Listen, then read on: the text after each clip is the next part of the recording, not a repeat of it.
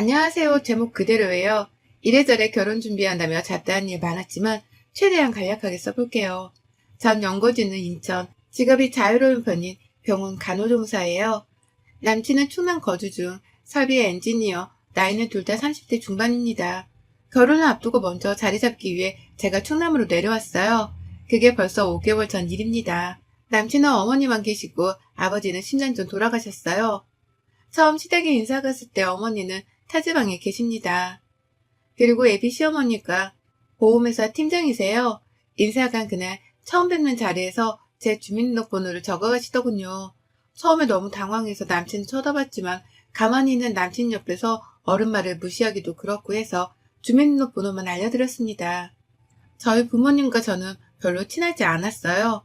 왕래를 잘 안 하기도 합니다. 이걸로 남친 어머니가 우리 부모님을 자식한테 관심도 없는 사람으로 몰아가길래 그 후에 이걸로도 크게 싸웠습니다. 남친 월급에서 보험비가 100만 원 정도 가량 나가는 걸로 알고 있어요. 저는 실비와 안보험에서 10만 원 좀 안 내고 있어요. 그날도 나중에 저도 본인 엄마한테 보험 가입해야 한다고 얘기하길래 그 자리에선 일단 가만히 있었어요.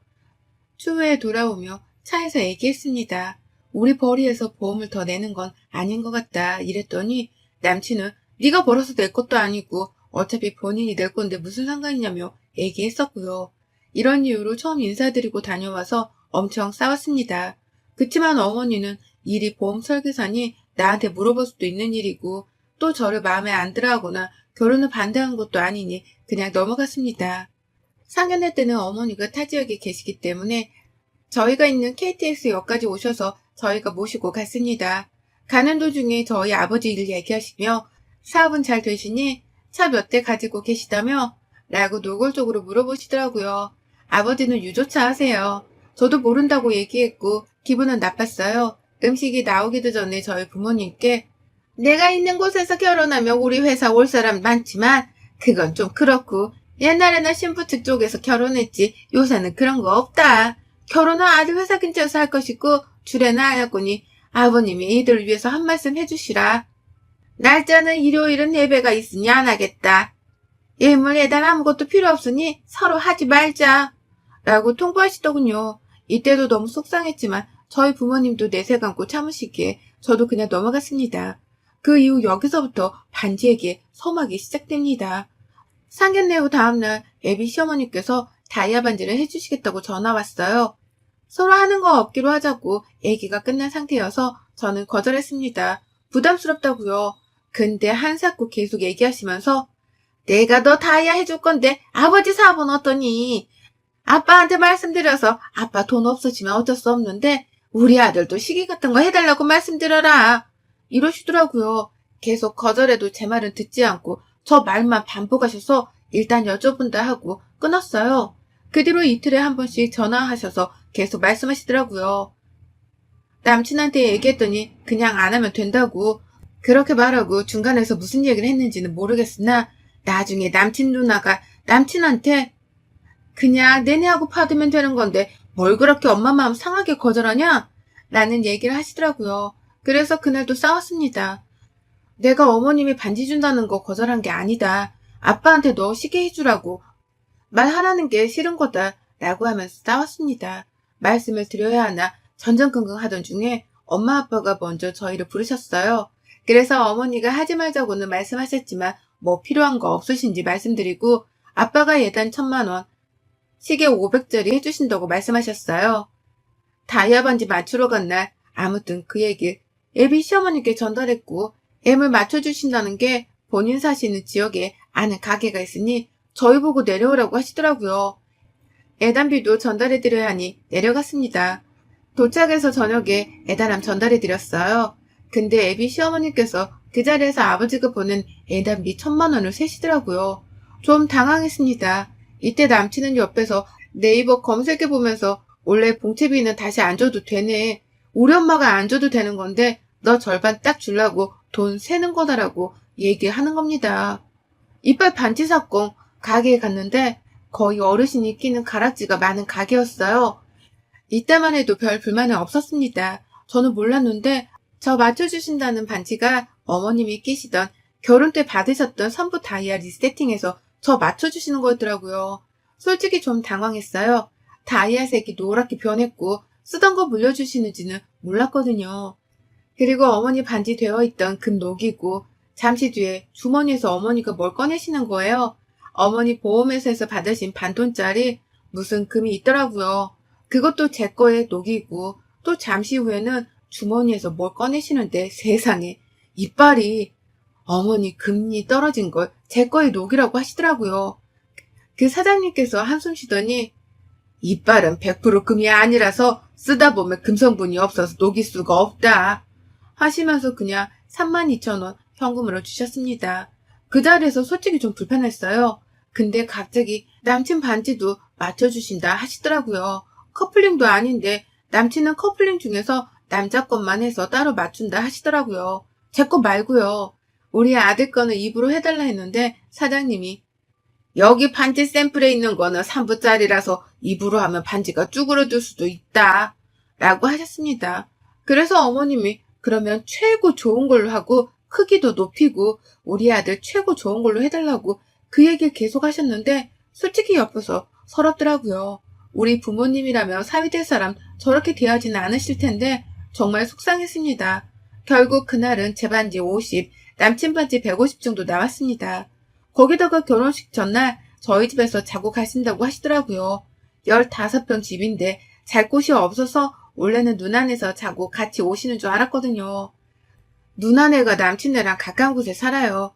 그래서 제가 집에 오는 길에 나는 그러면 엄마 아빠네에서 자고 출발할게 라고 얘기했어요.